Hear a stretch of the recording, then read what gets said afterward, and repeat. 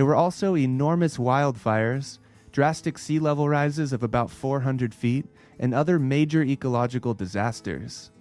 The Younger Dryas cooling period, between around 12,900 and 11,600 years ago, was a particularly catastrophic time of extreme glacially cold conditions, when the human population abruptly declined through a genetic bottleneck.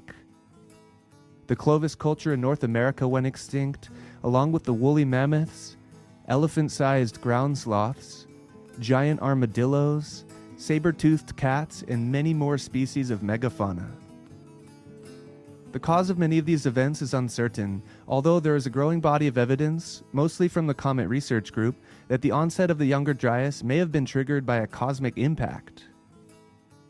The Younger Dryas impact hypothesis proposes that the North American ice cap, as well as other regions across at least 4 continents, were struck by multiple fragments of a disintegrating comet, leaving behind a black matte layer deep in the soil strata, and extraterrestrial impact proxies such as melt glass, nanodiamonds, platinum, and impact spherules, some of which were melted by temperatures in excess of 2,200 degrees Celsius, which is 4,000 degrees Fahrenheit.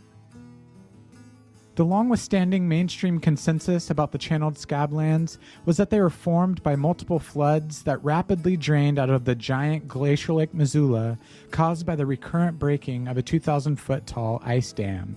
This ice dam was an extension of the Cordilleran ice sheet called the Purcell Trench Lobe that blocked the Clark Fork River and backed up water to fill Lake Missoula in what is now Montana.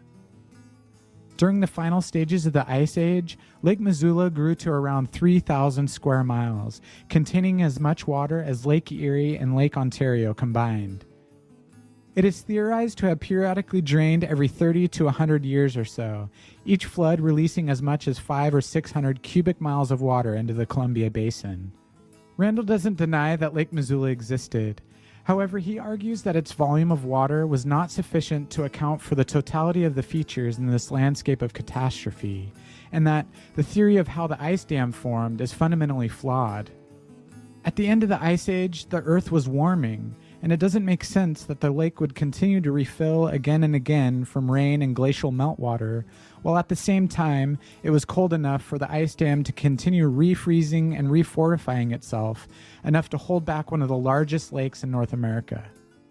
Randall has speculated for decades that another source of water is needed to explain the SCABLANDS, and that the most likely cause was a comet impact directly into the Cordilleran ice cap. This would have instantaneously melted an incomprehensible amount of water that flooded down into Washington, Idaho, and Montana from the north, perhaps even catastrophically infilling Lake Missoula before it drained out to the west. The first person to suggest that this landscape was created by catastrophic flooding was a geologist named J. Harlan Bretz in the 1920s. He originally believed that one sudden, short-lived, totally exceptional flood was the culprit, although he had no definitive answer to explain the source of the tremendous volume of water.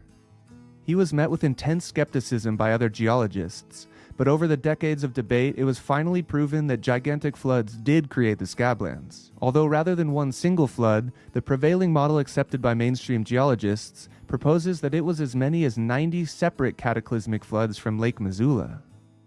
While Lake Missoula surely did play a role, the compelling evidence for a comet requires us to consider that a single colossal flood on a much larger scale could have been the primary cause. We still have a lot of unanswered questions about this subject, and more kept arising as we put together this video, so we plan on asking Randall more about all of this when we do a podcast with him hopefully soon. If you want to dive deep into this whole mystery, we highly recommend you to listen to Randall's podcast called Cosmographia. He has more than 70 episodes discussing the scientific research regarding megafloods and comet impacts. We also recommend checking out the compilation of articles on the Comet Research Group's website, Graham Hancock's books Magicians of the Gods in America Before, Antonio Zamora's and Martin Sweatman's YouTube channels, and the Cosmic Tusks website if you want to investigate this further down the rabbit hole. The links are all down in the description, along with many other sources to check out.